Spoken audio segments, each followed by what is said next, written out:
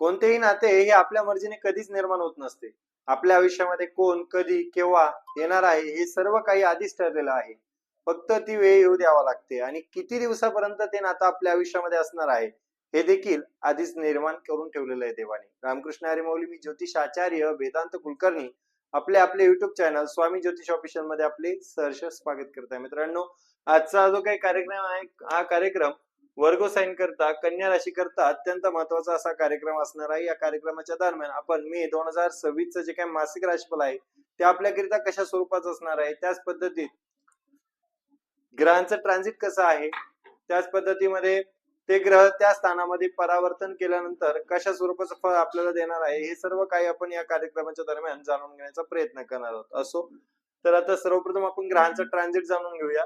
आपल्या राशीपासून 6th house मध्ये राहू देवता विराजमान आहेत, तसेच सप्तम स्थानात शनी मंगळ विराजमान आहेत, तसेच सूर्य बुध हे आपल्या अष्टम स्थानामध्ये, त्याच पद्धतीत शुक्र हे आपल्या नवम स्थानात भाग्यस्थानात, त्याच पद्धतीत गुरु बृहस्पती हे आपल्या 10th हाऊस मध्ये, तर केतू हे आपल्या 12th हाऊस मध्ये विराजमान आहेत. हे झालं ग्रहांचं ट्रान्झिट.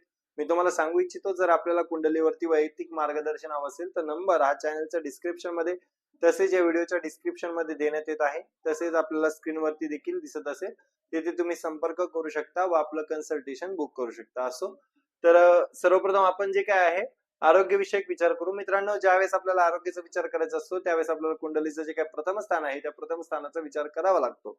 आणि प्रथमेश जे काय आहे ते आपल्या अष्टम स्थानामध्ये मारक स्थानामध्ये बसलेले आहे. आता हे जे काही स्थान आहे हे डिसीजचं सुद्धा स्थान आहे, हे आजारांचं सुद्धा स्थान आहे. आणि या स्थानामध्ये बसलेले हे जे काही बुध देवता आहे हे आपल्याला थोड्याशा पद्धतीमध्ये 15 मे पर्यंत म्हणतोय मी, 15 मे पर्यंत थोड्याशा पद्धतीमध्ये स्किन इन्फेक्शन, त्याच पद्धतीत थ्रॉट इन्फेक्शन म्हणजे गळ्या संदर्भात, कारण बुधाची जी काही दृष्टी आहे ती आपल्या 2nd हाऊस मध्ये आहे. त्याच पद्धतीत दातांचे इन्फेक्शन, दात, स्किन तसेच थ्रॉट गळा यांच्या विषयक आपण काळजी 15 मे पर्यंत घेतली पाहिजे. त्यानंतर मात्र आरोग्याच्या दृष्टिकोनातून बघितलं असता बुध जे काय आहे ते आपल्या 9th हाऊस मध्ये आपल्या मित्र राशीमध्ये शुक्राच्या राशीमध्ये जाणार आहे. त्यामुळे त्या ठिकाणी उत्तम पद्धतीचं आरोग्य या महिन्याच्या दरम्यान आपल्याला बघायला मिळेल. 15 मे पर्यंत जर आपल्याला काही समस्या असेल तर ते 15 मे नंतर कमी कमी होत जातील. असो तर पुढे बघूया आपण अभ्यास. मित्रांनो, ज्यावेळेस आपल्याला अभ्यासाचा विचार करायचा असतो त्यावेळेस आपल्याला कुंडलीचं जे काय पंचम स्थान आहे त्या पंचम स्थानाचा विचार करावा लागतो. आणि पंचमीत जे काय आहेत शनी देवता सॅटर्न ते जे काय आहे ते आपल्या 7th हाऊस मध्ये 7व्या स्थानामध्ये विराजमान आहेत. आता 7व्या स्थानामध्ये असलेले हे जे काही शनिदेव आहे यांची जी काही 7th एस्पेक्ट आहे ते जे काय आहे ते आपल्या प्रथम स्थानावरती, आपल्या व्यक्तिमत्वाच्या स्थानावरती, तसंच आपल्या मस्तिष्क जे काही डोकं आहे ह्याच्या स्थानावरती आहे. आणि या स्थानावरती असलेले जे काही शनिदेवांचा एस्पेक्ट आहे, दृष्टी आहे, या कारणास्तव त्या ठिकाणी आपण एक कॉन्सन्ट्रेट करून जो काय आहे तो अभ्यास करणार आहात परिपूर्णपणे. आपलं ध्येय हे कॉन्स्टंट असणार आहे.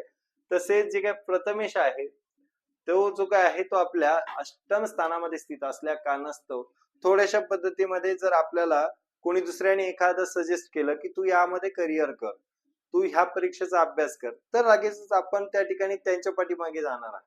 हे मात्र केलं तर मात्र या महिन्याचा जो काही आपला अभ्यासाविषयकचा विषय आहे तो थोड्याशा पद्धतीमध्ये स्टॅबिलिटी प्राप्त करून न देणार आहे.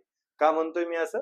कारण प्रथमेश म्हणजे आपण स्वतःचं मन जे काय आहे ते अष्टम स्थानामध्ये आहे, दुसऱ्यावरती डिपेंड. ठीक आहे, दुसऱ्याने म्हटलं लगेच आपण करायचं, ते आपले स्वतःच विचार वापरा. आपण स्वतः आपल्याला काय वाटतंय त्याचा विचार करा. कारण पंचमेश हा आपल्या सप्तम स्थानावरून सप्तम दृष्टी जी काय आहे ती आपल्या 1st हाऊस मध्ये देतोय. त्यामुळे दुसऱ्यांचं ऐकू नका, स्वतःच्या मनाचं करा, तरच सक्सेस मिळेल. असो आपण पुढे बघूया प्रेम विषय. मित्रांनो, ज्यावेळेस आपल्याला प्रेमाचा विचार करायचा असतो त्यावेळेस देखील कुंडलीचं जे काही पंचम स्थान आहे त्या पंचम स्थानाचाच विचार करायचा असतो. पंचम स्थानावरून आपण संतती दर्शवतो, त्याच पद्धतीत पूर्वजन्मीचे कर्म, त्याच पद्धतीत प्रेम, त्याच पद्धतीमध्ये पोटाचे विकार, हे सर्व काही आपण पंचम स्थानावरून बघत असतो. अभ्यास देखील पंचम स्थानावरून बघत असतो. आता प्रेम विषयक जर बघितलं तर आत्ताच सांगितल्या पद्धतीने पंचमेश जे काय आहे ते आपल्या सप्तम स्थानामध्ये सॅटर्न हे विराजमान आहेत. त्याच पद्धतीत बघितलं असतं त्यांच्याबरोबर मंगळ सेनापती देखील विराजमान आहे आणि सेनापती व कर्मफलदाता हे दोन्ही एकत्र आहे. त्या कारणास्तव थोड्याशा पद्धतीमध्ये आपल्याला बघायला मिळेल हा जो काही योग आहे तो विस्फोटक योग आहे आणि विस्फोटक योग जो काय आहे तो आपल्या पंचमेश सोबत बनलेला आहे सप्तम स्थानात आणि त्याची जी काही दृष्टी आहे ती आपल्या प्रथम स्थानावरती आहे. या दोन्ही ग्रहांची दृष्टी आपल्या प्रथम स्थानामध्ये आहे. त्यामुळे समोरच्या व्यक्तीमध्ये तर ऍग्रेशन असणारच हो, परंतु आपल्यामध्ये सुद्धा थोड्याशा पद्धतीत ऍग्रेशन, डॉमिनेटिंग नेचर, अंडरस्टँडिंग, ठीक आहे, मिसकम्युनिकेशन या सर्व गोष्टी ज्या काय आहेत त्या आपल्या नातेसंबंधांमध्ये साधारणतः 11 मेच्या दरम्यान पर्यंत राहणार आहे. 11 मे पर्यंत. मात्र त्यानंतर जे काही लव्ह रिलेशनशिप्स आहेत त्या अति उत्तम पद्धतीमध्ये असणार आहे. का म्हणतोय मी असं? कारण मंगळ जे काय आहे ते अष्टम स्थानात गोचर करतील आणि अष्टम स्थानामध्ये गोचर केल्यानंतर त्या ठिकाणी थोड्याशा पद्धतीमध्ये आपल्याला एक कन्सिस्टन्सी आपल्या नात्यामध्ये बघायला मिळेल चांगल्या पद्धतीची. असो, आता पुढे बघूया आपण वैवाहिक जीवन.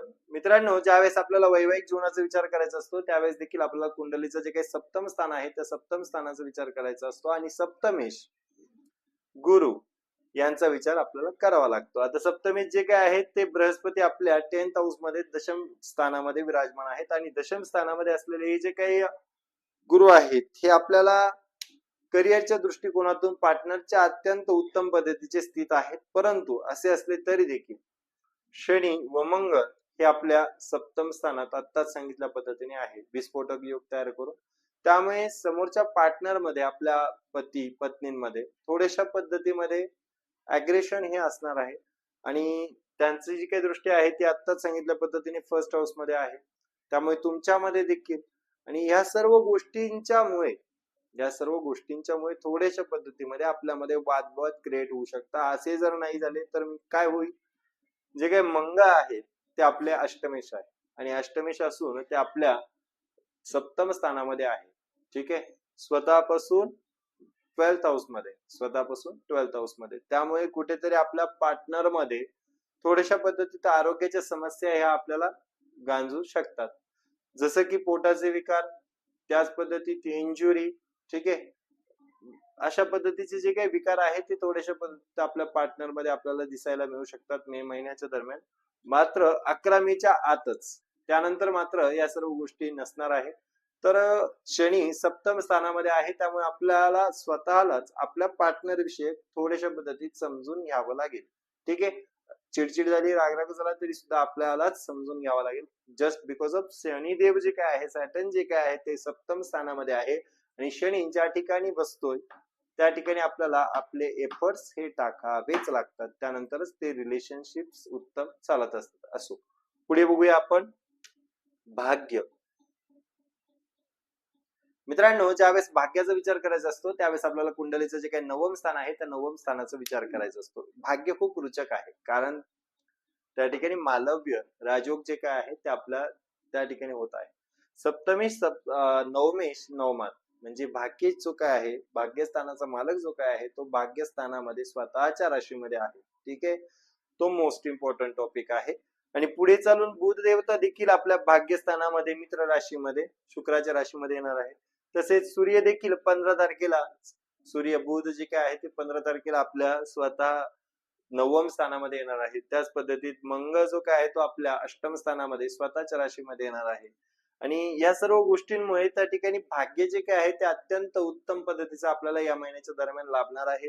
आपल्याला जर एखादा मोठा शेअर परचेस करायचं असेल, ट्रेडिंग करायचं असेल, त्याच पद्धतीत घरामध्ये मंगल कार्य शुभ कार्य करायचं असेल तर ते देखील आपल्याला या महिन्याच्या दरम्यान अत्यंत उत्तम पद्धतीमध्ये करता येणार आहे. कोणत्या पद्धतीची अडचण आपल्याला या ठिकाणी या महिन्याच्या दरम्यान भासणार नाही. भाग्याची पूर्णपणे साथ आहे. असो, पुढे बघूया आपण करिअर. मित्रांनो, ज्यावेळेस आपल्याला करिअरचा विचार करायचा असतो त्यावेळेस देखील आपल्याला कुंडलीचं जे काही दशम स्थान आहे त्या दशम स्थानाचा विचार करायचा असतो आणि दशमेश जे काही बुध आहे हे आता सध्या कुठे आहे, अष्टम स्थानामध्ये आहे. ठीक आहे, सूर्य पण अष्टम स्थानामध्ये आहे. 15 मेच्या दरम्यान हे दोघेही आपल्या नवम स्थानामध्ये भाग्यस्थानामध्ये विराजमान होणार आहे. त्या कारणास्तव मी म्हणेल की 15 मे नंतर अत्यंत उत्तम पद्धतीचे ग्रहमान करिअरच्या दृष्टीने आहे आणि एवढेही करून त्या ठिकाणी आपले जे काही शुक्र आहे ते आपल्या 10th हाऊस मध्ये येणार आहे. शुक्र जे काय आहे ते आपल्या 14 मे रोजी 10th हाऊस मध्ये येणार आहे. तेव्हा ज्यांचा ग्लोसरी संदर्भामध्ये बिझनेस आहे, त्याच पद्धतीत ज्यांचं शेअर मार्केट करतात जे, त्याच पद्धतीमध्ये जे टीचिंग सेक्टर मध्ये आहे, कन्सल्टेशन वगैरे करत असतात, अशा लोकांना त्या ठिकाणी हा जो काही दशम स्थानामध्ये असलेला गुरु आहे हा अत्यंत उत्तम पद्धतीचे योगकारक बनत आहे. असो, करिअर उत्तम आहे. पुढे बघूया बिझनेस. आता बिझनेसचा विचार केला असता बिझनेस देखील जो काही बुध आहे तो अष्टम स्थानामध्ये असल्या कारणास्तव थोडीशी डलमल परिस्थिती आहे. त्यामुळे त्या ठिकाणी 15 मे 2026 नंतर बिझनेसच्या स्वरूपामध्ये सुद्धा अत्यंत उत्तम पद्धतीचे ग्रहमान आपल्याला या ठिकाणी बघून दिसून येतील. असो, मंगळ ज्यावेळेस अष्टम स्थानामध्ये येणार आहे त्यावेळेस थोड्याशा पद्धतीमध्ये आपले जे काही एक्सपेन्सेस आहे ते वाढणार आहेत, परंतु बुध आपल्या भाग्यस्थानामध्ये असल्या कारणास्तव आपले जरी एक्सपेन्सेस वाढले त्याच पद्धतीमध्ये जे काही ग्राहक आहे त्याच पद्धतीमध्ये जो काही बिझनेस आहे तो वाढणार आहे. त्या कारणास्तव कोणत्याही पद्धतीची चिंता, टेन्शन घेण्याची गरज नाही. असो, आता आपण बघूया हा महिना अत्यंत उत्तम पद्धतीमध्ये जाण्याकरिता काय उपाय करायला हवे. तर सर्वप्रथम आपल्या राशीचा जो काही स्वामी आहे बुध तो अष्टम स्थानामध्ये आहे. त्या कारणास्तव ओम ब्राम ब्रीम ब्रोम सह बुधाय नमा या जे काही बीजमंत्र आहे या बीजमंत्राचा 108 वेळेस डेली जप करावा. त्याच पद्धतीत हनुमान चालीसेचं पठण करावं. तुरटीच्या पाण्याने गुण्या करता आल्या तर अत्यंत उत्तम पद्धतीचा आपल्याकरिता असणार आहे. त्याच पद्धतीमध्ये गणपती बाप्पांना दररोज संकष्ट चतुर्थीला 21 मोदक जे काय आहे ते दिले पाहिजे व दररोज 11 दुर्वा ज्या काय आहे त्या व्हायला गेल्या पाहिजे. आपला हा जो काही महिना आहे तो त्याने अत्यंत प्रगल्भ उत्तमदायी जाईल. रामकृष्ण हरी. धन्यवाद.